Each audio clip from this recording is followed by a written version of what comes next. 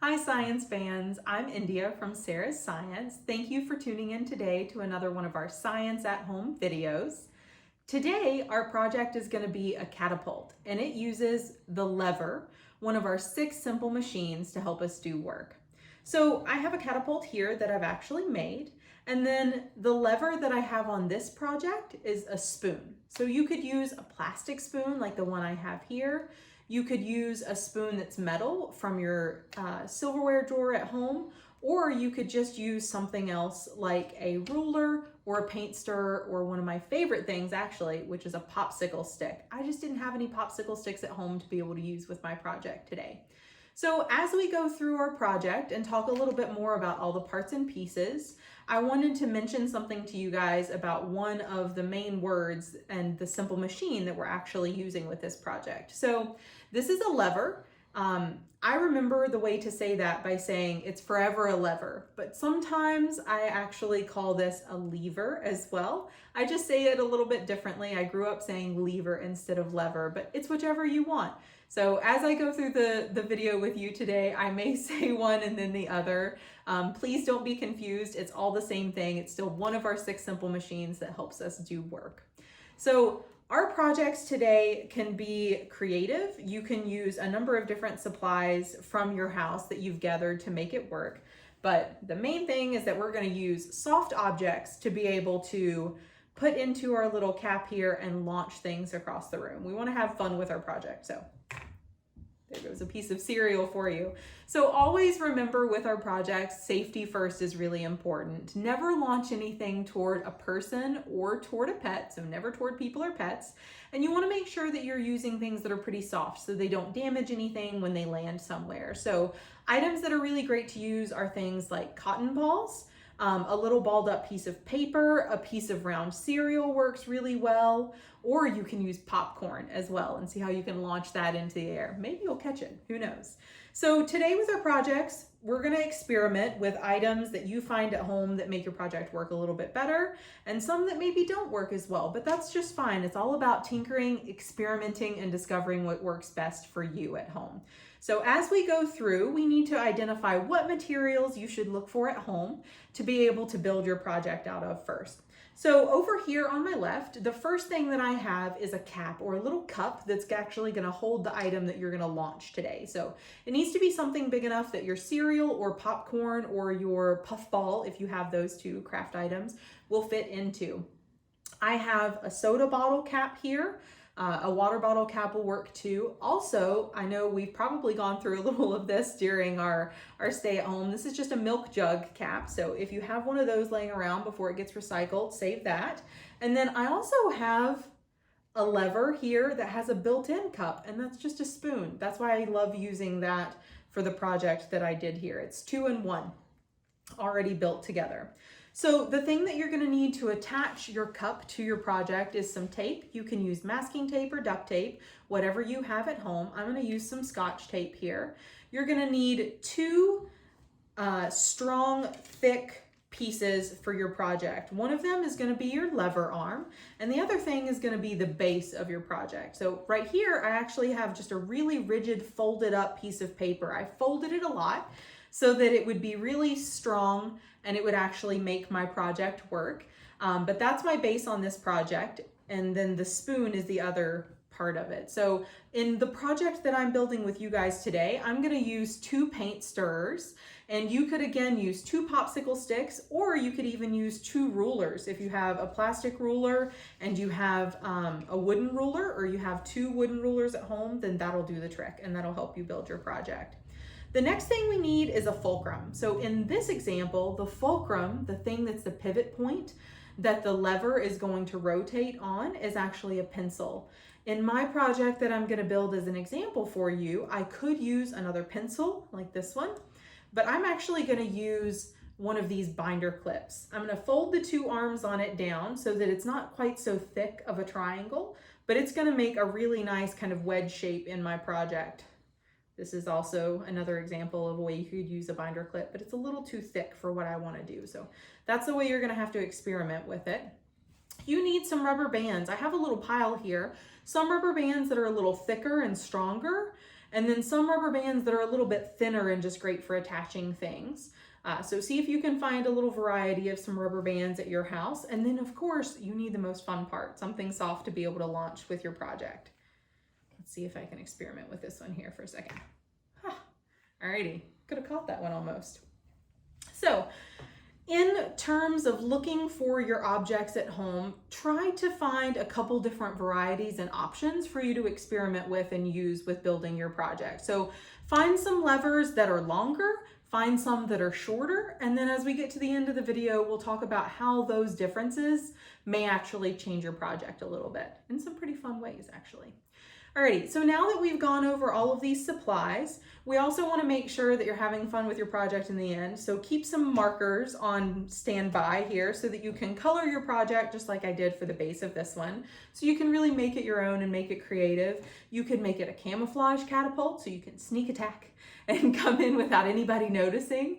Or you can make it something that's bold and awesome and just stands out so that you can have a lot of fun with it. Sometimes on my projects, I even draw some of the words that I've talked about with them. So I may draw a lever on here and then I may write the word lever. I may also write the word fulcrum or blast off or something fun like that too with our project, just that illustrates what it's doing. Okay, so now that you've gathered your supplies and you have everything together, I'm going to show you how to build another one of these catapults. So the first thing I need to find is one of my pieces that I'm going to use as my all-important simple machine, the lever, the thing that helps me do the work of moving something heavy a distance. So today it is something light, but historically catapults were used to move really heavy things. So the lever is here. I'm going to pick up my cap and I'm going to attach it to one end of my lever. Now, something important about attaching this cap to your lever is that you don't want to do it at the very end. That gives me no space for my thumb to be able to pull this down to use my catapult.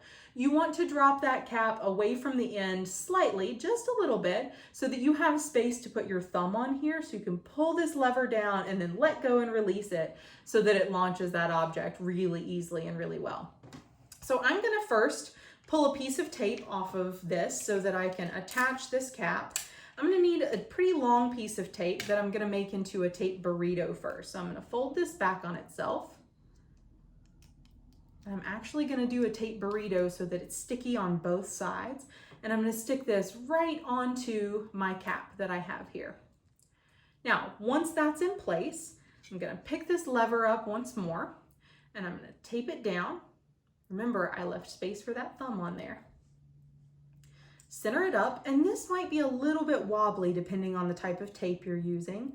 Mine wiggles just a little bit, so I'm going to use one more piece of tape to make sure I can keep mine in place. This time it's going to be a longer piece of tape, and I'm going to start on one side of my cap. I'm going to start back here on this side. I'm going to stick it to the plastic of the cap. Press it down really well so it stays in place. I'm going to take this piece of tape underneath my lever arm so that it really holds onto the piece of wood here. And then I'm going to stick it on the other side of my cap. Now you want to make sure you don't have too much tape exposed, because if you do, it'll stick to the thing that you put in here to launch. So you want to make sure that those edges of tape are folded over nicely.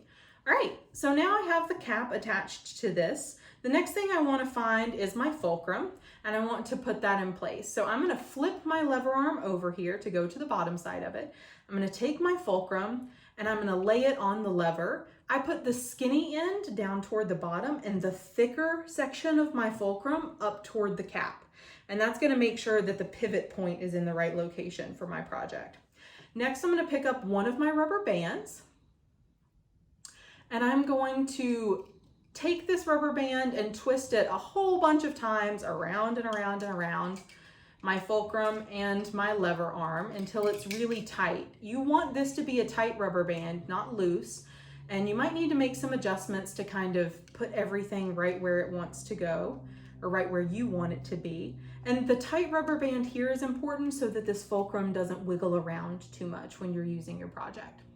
Now I'm going to flip my lever arm back over here, and I'm going to pick up the piece that I'm going to use as my base to my project. I want to line the base up in the same orientation as my lever, And I want this to basically look like a pair of kitchen tongs. So something that you could use as grabbers, something that you could flip a pancake with or pick something up with down here. And now that my fulcrum is already attached to the top, it's not gonna move around too much. I'm gonna go down here to the end where these two things are touching and pick up one of my thicker rubber bands, and I'm gonna wrap it around here only a few times. You don't want this rubber band to be too tight. And that's because all of our power for our catapult launching is gonna come from this rubber band that we have here. If it's too tight, then it won't stretch when we go to launch our catapult. And if it doesn't stretch, then it can't bounce back to make our catapult work. So right here, look at this as I pinch my catapult up here, it stretches out this rubber band and you see this space here, and that's actually building up energy, and then that energy is boom, released when I let go of my lever arm here. And so that lever rotating on this fulcrum and using a rubber band that stores up energy and then lets it go is the thing that's going to make my catapult work today. Historically, they even used really heavy weights on this end of the catapult to kind of pull everything back into place. So catapults have lots of different designs. Alrighty, so now's the all-important thing to do with our project. We have to test it out. So I'm going to pick up a piece of cereal here and I'm going to set it into the little cap that I have. Move my other catapult out of the way. Use one finger to hold the base of your catapult down. And I hold it next to the fulcrum so that I don't pinch my finger when I'm using my project. We want to keep it in a space that is not going to go too close to our finger when we use it. Take your other finger and put it right behind your cap here. Press all the way down as much as you can and then let go. All right, that's pretty good. That one launched a lot higher than my other catapult did, I think. So you can experiment with a piece of cereal and see how that launches since it's a little bit heavier versus a soft little cotton ball. Let's see how that one does. Not quite as high. That one didn't go as far either. So the cotton ball, which is lighter, has a little bit more air resistance and doesn't go quite as far as that piece of cereal does. Also experiment with balling up a little piece of paper, putting that in here, using a puff ball or a piece of popcorn in there, but nothing too heavy so that we can remember that safety. So now that you've built your catapult, feel free to come back to your markers and color it in and make it your own so that you can experiment a little bit further with this. But catapults are really helpful things. They were actually used historically to get things over castle walls that were really heavy or to even break down castle walls. And so catapults use one of our 6 simple machines, the lever, to make doing the work of moving really heavy objects like really big rocks and boulders to help people do the work of moving that object over those castle walls and to move it a distance. So work in the scientific sense is not the same as like going to work and coming back every day. Work in science means that you use a simple machine to help you move an object a distance, or you use a force, which is a push, a pull, or a twist to move an object a distance. So we're going to use a push today to push down on our catapult and then let go as the force that helps us move that object a distance. And also these rubber bands are key in that process. So a lever, when you're using it in other ways, like on a wheelbarrow, helps you do work by giving you leverage to move something. So if you have a wheelbarrow, then you have a strong arm, and you also have another simple machine, a wheel and axle, to lift something and to do that work much more easily of moving an object. If I loaded up a wheelbarrow and tried to push everything that was in it myself, without that wheel and axle and without the use of that lever, then I couldn't really do it. So I need that simple machine to help doing that work, to make doing that work easier for me. So we actually have levers and fulcrums on our bodies that help us do work all the time. My arm right here is a lever, and then my elbow is a fulcrum. It helps me do the work of like throwing a ball. But instead of me using all that energy in my muscles and winding up and throwing a ball a distance, I could actually use a simple machine like a bigger catapult to help me really easily move that object a distance. And this time, all I would have to do instead of winding up and using all my muscles is just use one finger, pull this down, and voila, you've made it easier on yourself to move that object. Okay, so we've gone through all of our parts and pieces that you guys need to make your catapult today.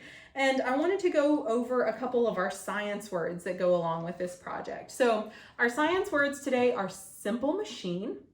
Now remember, there are 6 different simple machines. We have the lever, we have a pulley, we have wheel and axle, screw, a wedge, and an inclined plane. Now, we use simple machines to help us do work, to use a force to move an object a distance. So use a force as a push, a pull, or a twist to move an object a distance. That's doing work in science. We have lever as our science word here, fulcrum, which is the point that everything rotates around on our catapult. And then we also have the science word catapult, the thing we get to have fun with today as our science toy. So as you guys are building this project at home, see how you can experiment with your toy.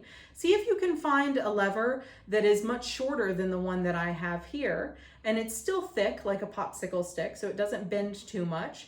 But see if you can experiment with adding some rubber bands or removing a couple loops of rubber band to build up more energy when you're using your project and letting it go. And then try a couple different lengths of lever, like I was talking about in your project, to see if the length or the distance of the lever from the fulcrum makes any difference for how your project launches, how high the object goes that you launch from your project, or how far it travels, the distance that it travels. There's lots of things to experiment with our catapult that you guys are gonna do today. And I hope you have lots of fun making new discoveries of your own with this amazing and very simple little machine that you've built.